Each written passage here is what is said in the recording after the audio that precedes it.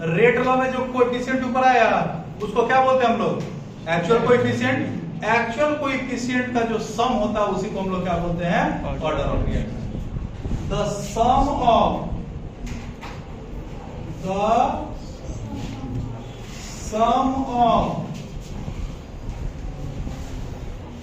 actual coefficient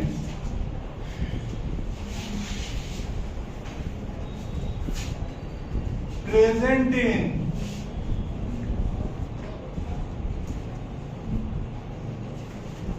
rate law expression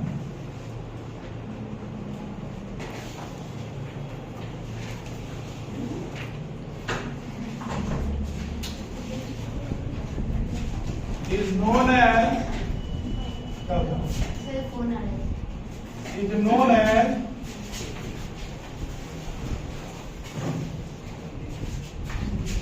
order of reaction। जैसे हम लोग रेट एक्सप्रेशन से रेट बराबर क्या लिख रहे थे? के ए का पावर पी, बी का पावर क्यू, सी का पावर आर लिख रहे थे। तो ऑर्डर बराबर क्या हो जाएगा? ऑर्डर बराबर हो जाएगा P plus Q plus R। Order बराबर क्या हो जाएगा? P plus Q plus R।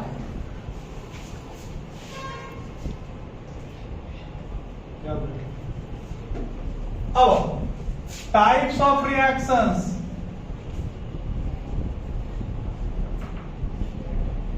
Types of reactions on the basis of order। Order के बेसिस पे कितने तरह के रिएक्शंस? पहला आता है फर्स्ट ऑर्डर रिएक्शन। पहला क्या आता है? First order reaction. First order reaction किसको बोलते हैं? दुनिया में व्यस्त, तुम किस दुनिया में व्यस्त?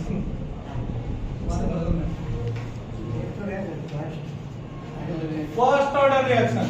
फर्स्ट ऑर्डर रिएक्शन किसको बोलते हैं? A reaction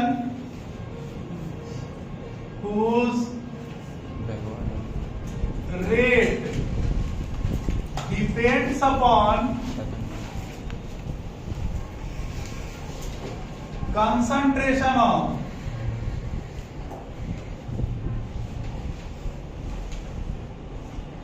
only one reactant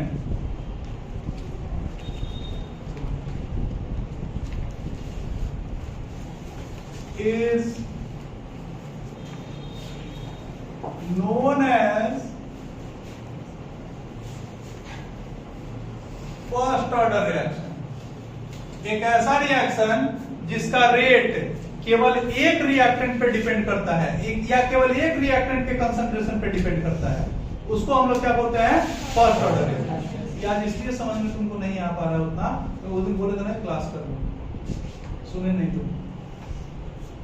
एक ऐसा रिएक्शन जिसका रेट किसके ऊपर डिपेंड कर रहा है? केवल एक रिएक्टेंट के कंसंट्रेशन पे, उसको हम लोग क्या बोलते हैं? First order reaction. इसका अगर आप रेट लिखिएगा तो रेट बराबर K इंटू ए का पावर कितना? 1। K इंटू ए का पावर 1। ठीक है। एग्जाम्पल हमको कब कोई भी आदमी, और खासकर हमसे एग्जाम्पल याद नहीं होता, आपके एग्जाम में भी ये एग्जाम्पल देगा और बताएगा कि फर्स्ट ऑर्डर का रिएक्शन है कि नहीं है। याद रखने का कोई जरूरत नहीं है। एग्जाम्पल फिर भी हम लिख देते हैं।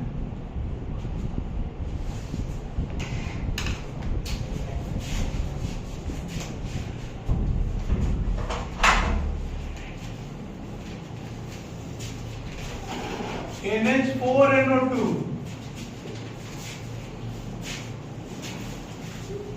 N2 2H2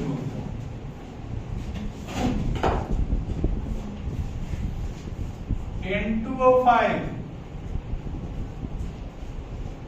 2NO2 half O2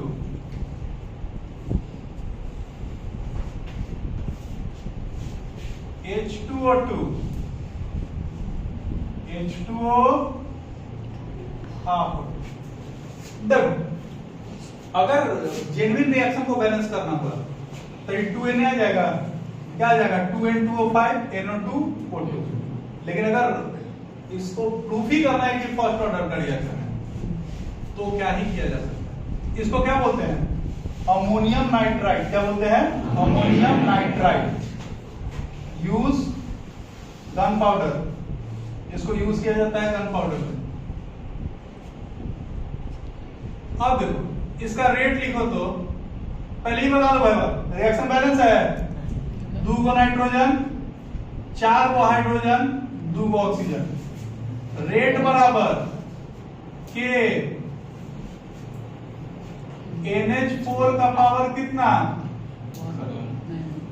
NH4 NO2 का पावर कितना 1, इसका रेट कितना के N2O5 का पावर इसके आगे कितना 1 है ना, इसका रेट के H2O2 का पावर 1। तो चूंकि इनका पावर 1 है इसका मतलब कि इनके रिएक्शन का जो रेट है वो केवल एक रिएक्टेंट के कंसंट्रेशन पे डिपेंड कर रहा है, इसीलिए क्या है फर्स्ट ऑर्डर का रिएक्शन। क्या है फर्स्ट ऑर्डर का reaction.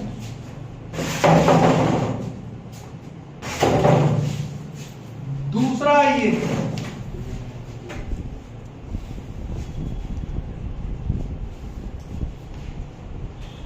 Second order reaction. Second order का रिएक्शन किसको बोलते हैं, और reaction whose rate depends upon concentration of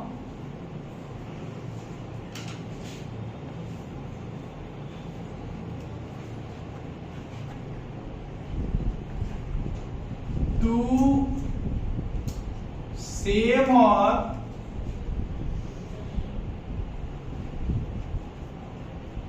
different reactants is known as second order reaction।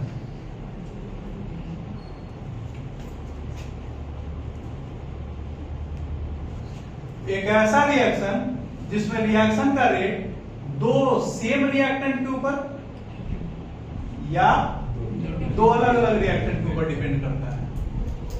जैसे इसका एक रेट ये हो सकता है, ए का पावर कितना 2, ए का पावर 2, ए का ही 2 गो यूज हुआ है, या रेट बराबर के इंटू ए का पावर 1 बी का पावर 1। ठीक है, एग्जाम्पल आइए, H2 प्लस I2, इसका रेट क्या लिखोगे के HI का पावर 2। तो इसका रेट कितने रिएक्टेंट पे डिपेंड किया है, एक ही रिएक्टेंट के दो मोल पे। दूसरा CH3 COO C2H5 plus NaOH react करके देगा CH3 COO Na और साथ में C2H5OH। देखो ये यहां से टूटता है, ये ऐसे होता है CH3 COO माइनस और C2H5 plus. Actually delta positive delta negative का चार्ज होता है, और ये कैसा होता है Na प्लस ये जाके यहां जुड़ जाएगा, ये आके यहां जुड़ जाएगा। इसका नाम सोडियम एसीटेट, नाम इसका, इसका नाम इथेनॉल, इसका नाम इथाइल इथेनोएट, ये एक ईस्टर है। जब किसी ईस्टर को सोडियम हाइड्रोक्साइड के प्रेजेंस में रिएक्ट करवाया जाता है तो ये टूट जाता है एक सॉल्ट और अल्कोहल में। इस रिएक्शन को क्या बोलते हैं? Hydrolysis of Easter. इसको हम लोग क्या बोलते हैं? Hydrolysis of Easter. इसका रेट लिखो। देखिए रिएक्शन बैलेंस है 1 2 2 4 गो, 1 2 और 2 4, 3 5 8 1 9, 3 5 8 1 9। फिर ऑक्सीजन 2 गो एगो 3 गो, 2 गो एगो 3 गो, सोडियम एगो सोडियम एगो। तो रिएक्शन का रेट क्या हो जाएगा? K CH3 COO C2H5 का पावर कितना? 1 और NaOH का पावर 1। एक और एक मिलकर ऑर्डर कितना हो गया? 2। ठीक है।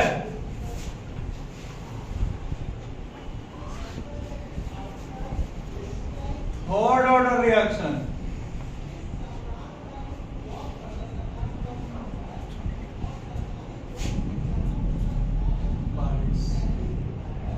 a reaction whose rate depends upon the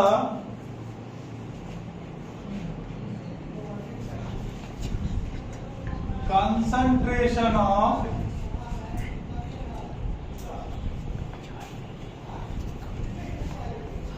three same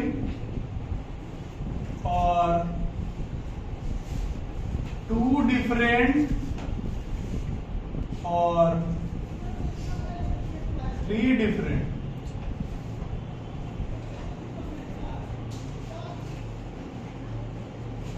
reactants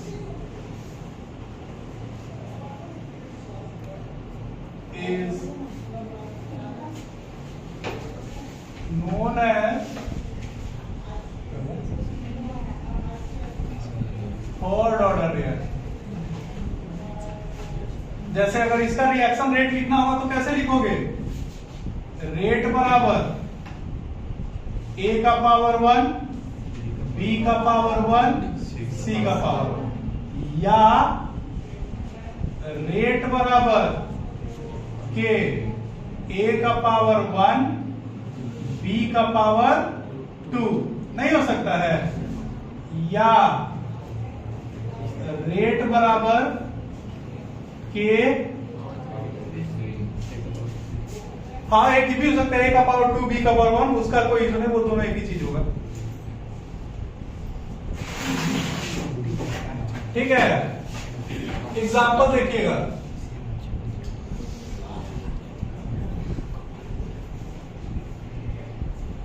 NO plus O2, 2NO2,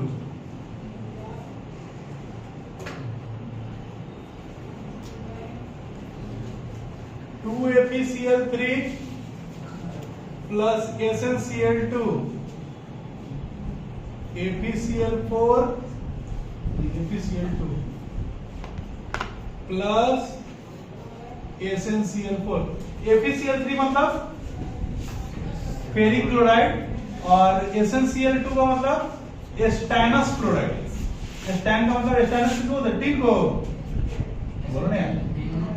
और ये क्या हो गया? फेरस क्लोराइड, और ये हो गया स्टैनिक क्लोराइड। इसका रेट क्या लिखिएगा?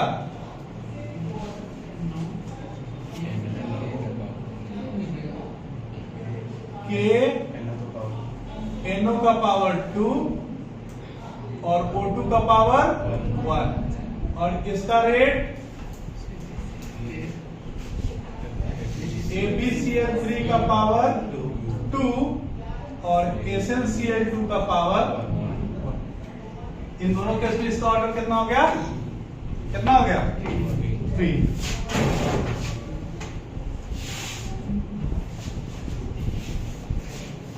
Zero order reaction,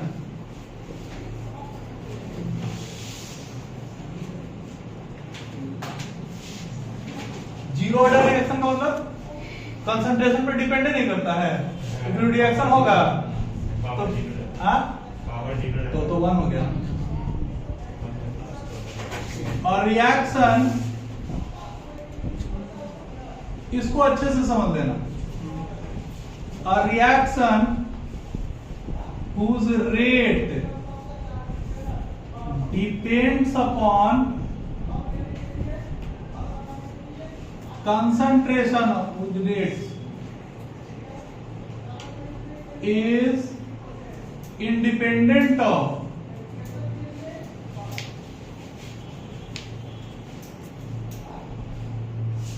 the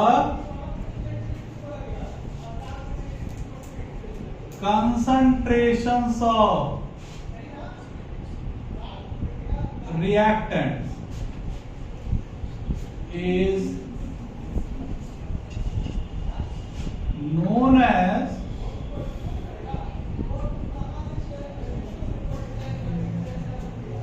zero order reaction. एक ऐसा रिएक्शन जिसका रेट रिएक्टेंट के कंसंट्रेशन पर डिपेंड नहीं करता है, तो किसके ऊपर डिपेंड करेगा? जब रिएक्टेंट के ऊपर डिपेंड नहीं करेगा, समझो एग्जांपल देखना होगा।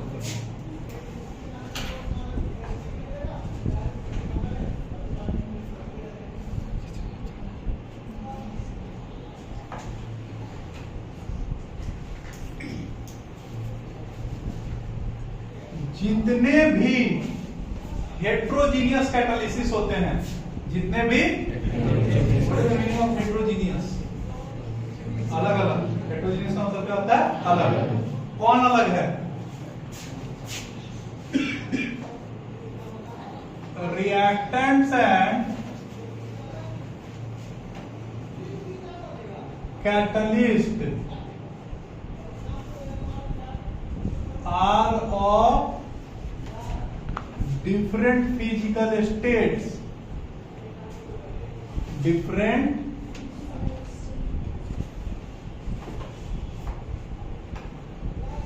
मतलब अगर रिएक्टेंट सॉलिड है तो कैटलिस्ट लिक्विड हो सकता है या गैस हो सकता है, ठीक है।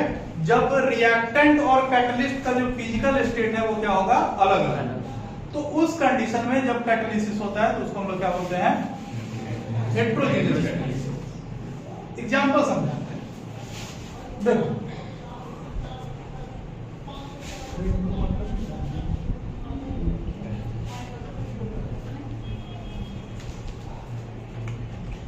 H2 प्लस N2 क्या बन रहा है? प्लैटिनम इसमें किसका बिहेवियर दे रहा है? कैटलिस्ट का, ठीक है। अब समझना ये रिएक्शन कैसे हो रहा है। सपोज कीजिए ये है क्या? प्लैटिनम। क्या है? प्लैटिनम। और इसके ऊपर आके जमा हो गया बाबू H2 और N2। क्या जमा हो गया? H2 और N2। ये है प्लैटिनम। क्या है?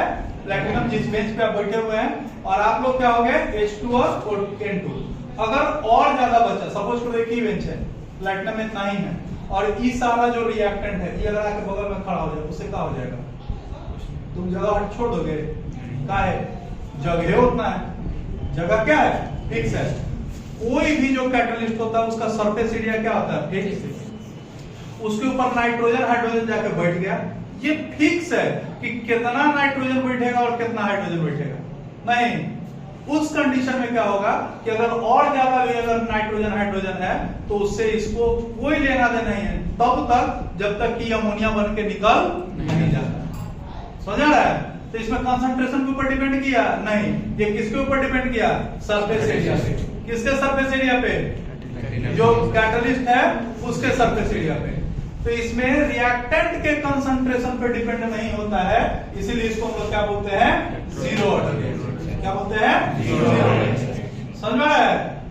जितने भी हेटेरोजीनियस कैटालाइसिस होंगे, जितने भी, उस सब किस ऑर्डर का होगा, जीरो ऑर्डर। ठीक है, तो ये क्वेश्चन पूछता है कि which of the following are zero order reaction. तो हमको तो याद है नहीं, जीरो ऑर्डर रिएक्शन याद करना मेरे लिए संभव नहीं है, लेकिन देख के तो बताया जा सकता है कि कौन होमोजीनियस कैटालिसिस है कि हेटेरोजीनियस कैटालिसिस है। तो जो हेटेरोजीनियस कैटालिसिस होगा वो क्या हो जाएगा, जीरो ऑर्डर का रिएक्शन। ठीक है, ठीक उसी तरह आगे वो पढ़ोगे स्यूडो फर्स्ट ऑर्डर रिएक्शन। ठीक है, तो उसमें पता होना चाहिए कि जो भी रेडियो एक्टिव डीके होता है, जो भी रेडियो एक्टिव डीके होता है, रेडियो एक्टिव डीके मतलब अल्फा बीटा गामा जो भी निकल रहा है वो सब कौन से ऑर्डर का, स्यूडो फर्स्ट ऑर्डर का सब। ठीक है, उसको भी बताएंगे। इस समझ में गया जीरो ऑर्डर रिएक्शन। फिर से बताया पांचवा, फ्रैक्शनल ऑर्डर रिएक्शन। देखो एक चीज और बता रहे हैं, ऑर्डर ऑफ रिएक्शन को कभी भी देख के नहीं बताया जा सकता। ये देगा कि क्या करेगा, देगा, हमको खाली बताना है कि ऑर्डर क्या होगा। क्योंकि ए बी सी रहता तो दिमाग लगा देते, लेकिन यहां क्या है, पी क्यू आर। अब देखो, अगर इसी रिएक्शन को देखा जाए, इस रिएक्शन को, तो हम ऐसे लिखेंगे कहां लिखा हुआ है। अगर हमको नॉर्मली लिखना होता तो हम क्या लिखते, N2O5 2NO2 प्लस O2, यही लिखते ना, रिएक्शन बैलेंस नहीं है। अब हो गया, नहीं हो गया,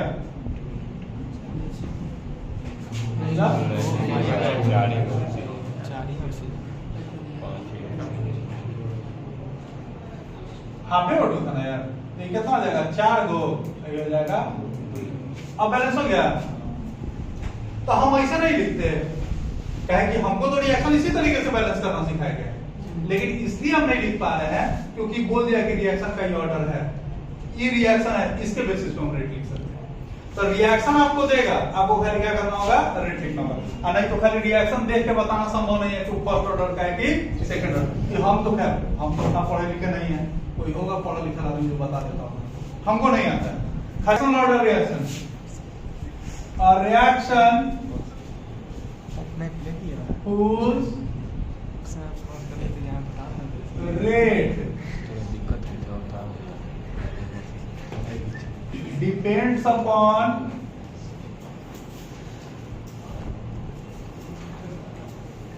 fractional concentration of reactant, fractional concentrations of reactant is known as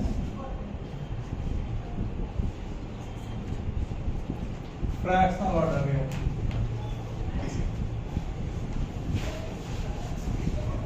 ठीक है, अब ईवीएम को नहीं पता, एग्जाम में टेंशन मत लीजिए, चाहे सीबीएसई हो चाहे बिहार बोर्ड, टेंशन मत लीजिए, हमारा तो पता है कि कौन फ्रैक्शनल है कौन नहीं है।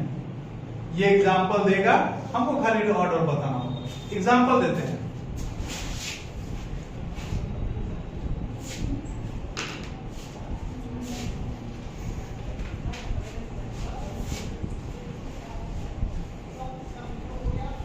H2 plus Br2। अब देखो कितना अजीब बात है, HBr 2HBr। अगर इसका ऑर्डर लिखने के लिए हमको देगा तो क्या लिखेंगे, H2 का पावर 1 Br2 का पावर 1 नहीं, लेकिन बोल रहा है कि इसका रेट होगा K H2 और Br2 का पावर कितना, 1/2। H2 और Br2 का पावर, अब इसका ऑर्डर कितना होगा, H2 का पावर कितना 1 और Br2 का पावर, ठीक है।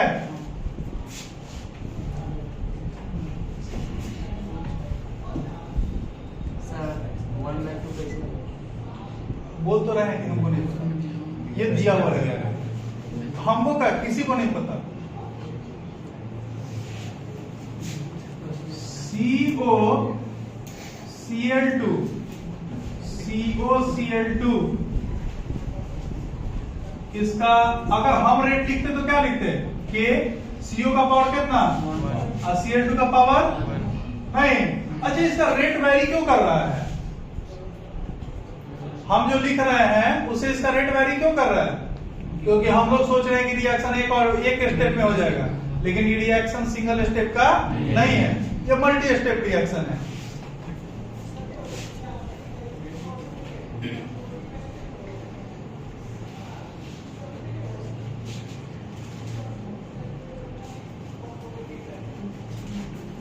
CO का पावर 2 और Cl2 का पावर 1/2, तो इसका ऑर्डर कितना हो जाएगा?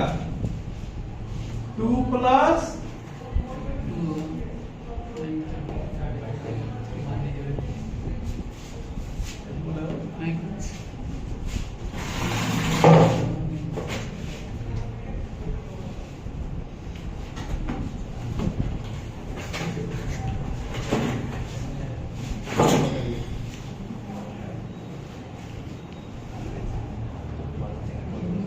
how to write the order of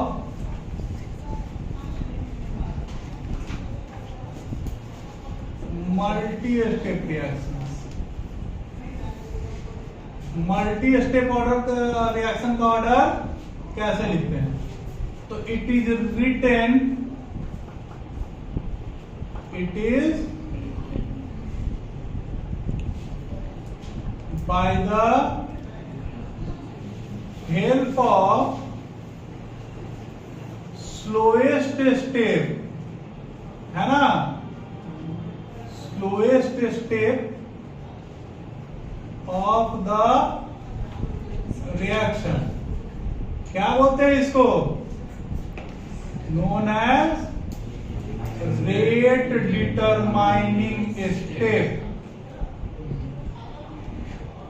है कि नहीं?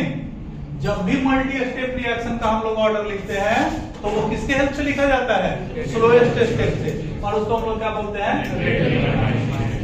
कोई दिक्कत? Topic of rate constant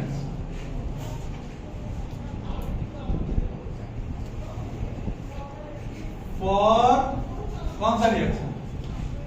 different reaction.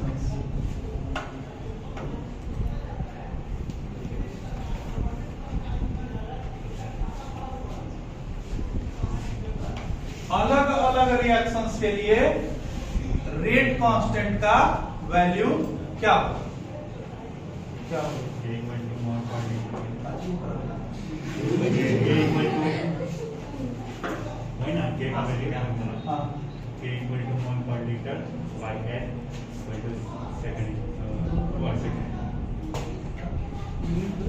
अलग अलग रिएक्शन होगा तो उसका यूनिट अलग अलग नहीं हो जाएगा, उससे फॉर्मूला हाँ मिलेगा। देखो हम लोग क्या जानते हैं? रेट बराबर के कंसंट्रेशन ऑफ रिएक्टेंट का पावर n नहीं, चलो रेट का यूनिट क्या होता है? मोल पर लीटर पर सेकेंड, और रिएक्टेंट के कंसंट्रेशन का यूनिट मोल पर लीटर का पावर n। तो K बराबर क्या हो जाएगा? मोल पर लीटर पर सेकेंड बाई मोल का पावर n इंटू लीटर का पावर -n। बोलो ना, तो K बराबर मोल का पावर कितना? 1, मोल का पावर कितना? n, नीचे से ऊपर जाएगा तो क्या हो जाएगा? 1 - n होगा, लीटर का पावर -1 और इंटू लीटर का पावर n पर सेकेंड, मोल का पावर 1 - n लीटर का पावर n माइनस 1 पर बोलो कुछ गलती हो गई क्या? नहीं हो सकता, हमसे हो सकता है गलती हो गया। कहाँ ऊपर जो भेजे हैं मोल n का मोल माइनस वन है ना, पीछे n प्लस माइनस वन नीचे से ऊपर जाएगा तो प्लस नहीं वहाँ जाएगा। पे वहाँ पे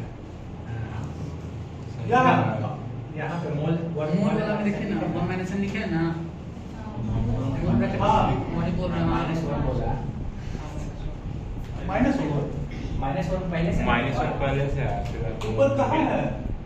और माइनस वन पहले से। समझ गए हम समझा देते हैं। हम मोल का बोल रहे हैं बाबू, तुम लीटर का बोल रहे हो, दोनों अलग अलग बात बोल रहे हो।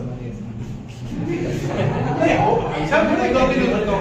लीटर का आप समझिए। ये मोल का एक है ना, वो तो लीटर का एक है। ऐसा तो नहीं हो सकता है गलती हो। अब देखो for first order reaction for छोड़ो जानते हो n का वैल्यू कितना होगा 1। फर्स्ट ऑर्डर रिएक्शन के लिए n का वैल्यू कितना 1। तो यहाँ k बराबर क्या हो जाएगा रखो, मोल का पावर 1 माइनस 1, लीटर का पावर 1 माइनस 1 पर सेकेंड। मोल का पावर कितना 0, लीटर का पावर 0 पर सेकेंड। आप लोग जानते हैं कि दुनिया में किसी भी चीज का पावर 0 उसका वैल्यू 1। ये होगा 1 इंटू 1 इंटू,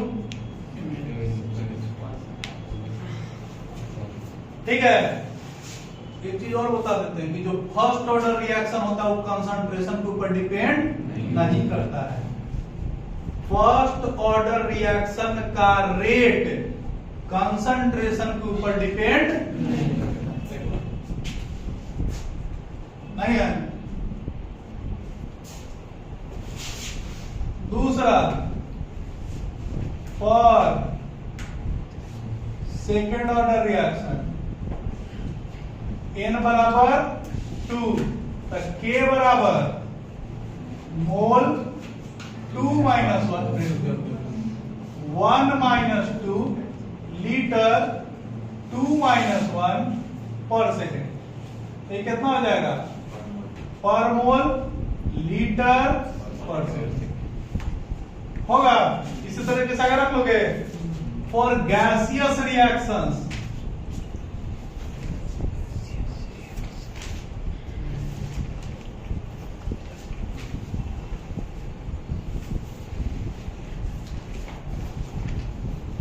देखो गैसियस रिएक्शन में भी निकाल सकते हैं हम लोग। रेट बराबर क्या k इंटू रिएक्टेंट का पावर कितना n।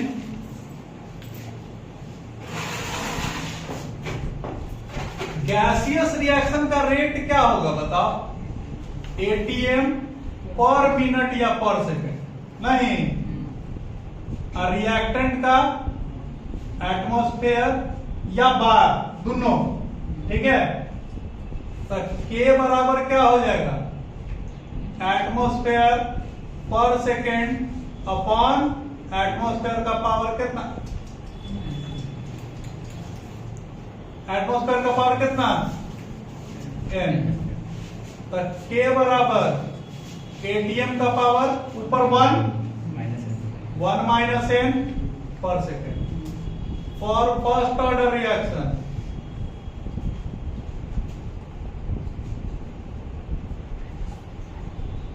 n का वैल्यू कितना 1, k बराबर atm का पावर 1 माइनस 1 पर सेकेंड।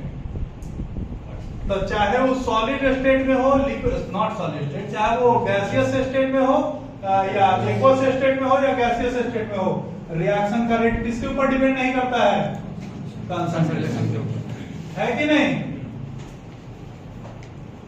हम उल्टा बोल रहे हैं ना, रेट कांस्टेंट का वैल्यू डिपेंड नहीं करता है कंसंट्रेशन के ऊपर।